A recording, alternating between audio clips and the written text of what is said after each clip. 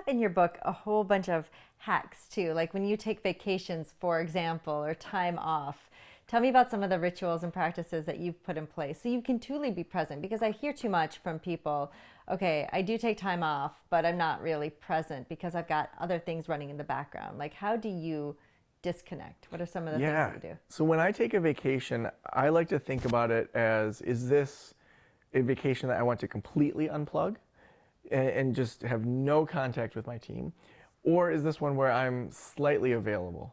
I think it's important to just go into it in the same way that you might go on a vacation and say, I just want to sit on the beach for a week and not move and I just want to read a book. Or do I want to go somewhere where I have an adventure and to just have that intention?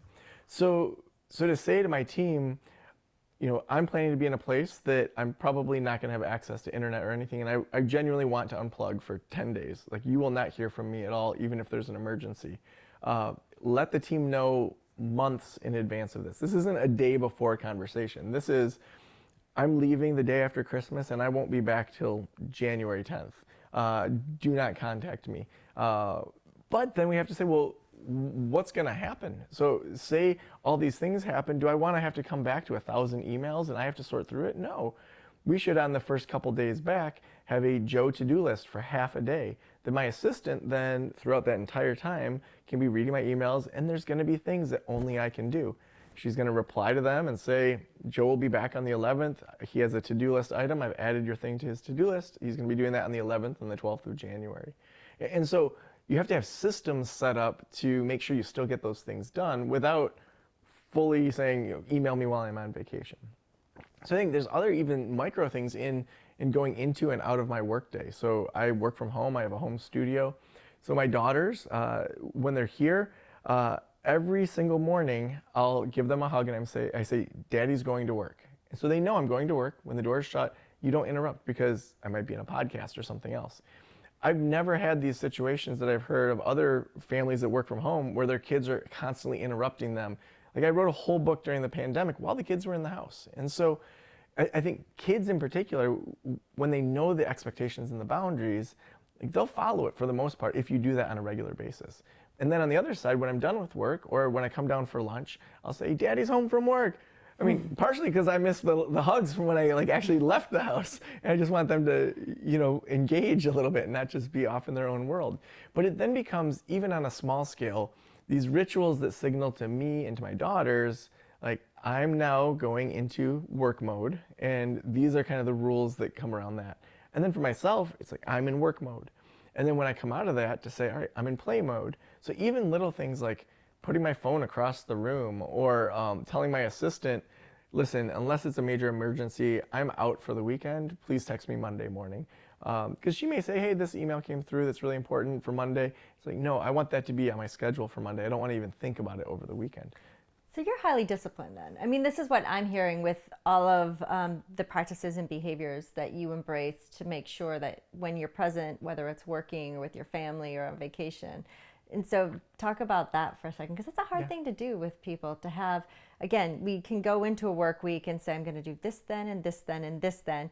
And then, the phone creeps in, somebody violates a boundary, something happens. But yeah, how do you demonstrate these disciplines over time? I mean, I think there's a couple things. The first thing is there will always be fires in a business, in your life, whatever. And there's times you just have to put out the fire. You have to work on it. But then I think what most people miss is they just jump from fire to fire instead of saying, wait a second, is this fire preventable or even slightly less, inflammatory? So a fire happens, then I look at the team that was around that fire and say, okay, what can we do differently in the future? Who needs to know what in order for this type of fire to not get to me or to not even occur in the first place? So I think just saying there's going to be things that hit the fan, and we need to do some sort of debrief to say, can we set some sort of system, some check and balance, even just a CC on an email. Whenever there's a podcast coming in, make sure you CC this person. Like, what's our culture to try to avoid that fire in the future? I would also say most people hear discipline and they think rigorous, they think type A. I would actually argue that it's given me more freedom than anything, because now I know when I can give myself permission to turn it off. Because most entrepreneurs are excited about what they do. They have a million ideas, but they don't know when to stop. They don't know when to say, I've done a lot of work this week. I'm proud of the work that I've done, and I'm not going to do anymore. I'm going to go out for drinks with my friends, or I'm going to, go out to eat, or just sit in the backyard, whatever your thing is. And that ability to say, here's the moment that I'm going to say, enough is enough, and I don't just live to work. And now I'm going to enter into a weekend, I think is a really important ritual. Even when I was a child, my dad worked terribly hard. He was a school psychologist. He had a private practice that on sometimes Saturday mornings he would go do before we woke up much. But every Friday night he would turn on the Blues Brothers and we would dance to the Blues Brothers soundtrack. We'd often watch, Full House and, Urkel and all that with the TGIF on ABC. But it was a moment that ended the week. That was work for my dad was done for that moment, and we're gonna have fun now. And for kids in particular, it then allows them to know I can have my dad's attention without getting in trouble. Because if I'm working or on a computer and say I'm really working and my girls come to me and say, Dad, I need something to eat, something that they should say to their father, and I'm like, I'm working, just give me a few minutes.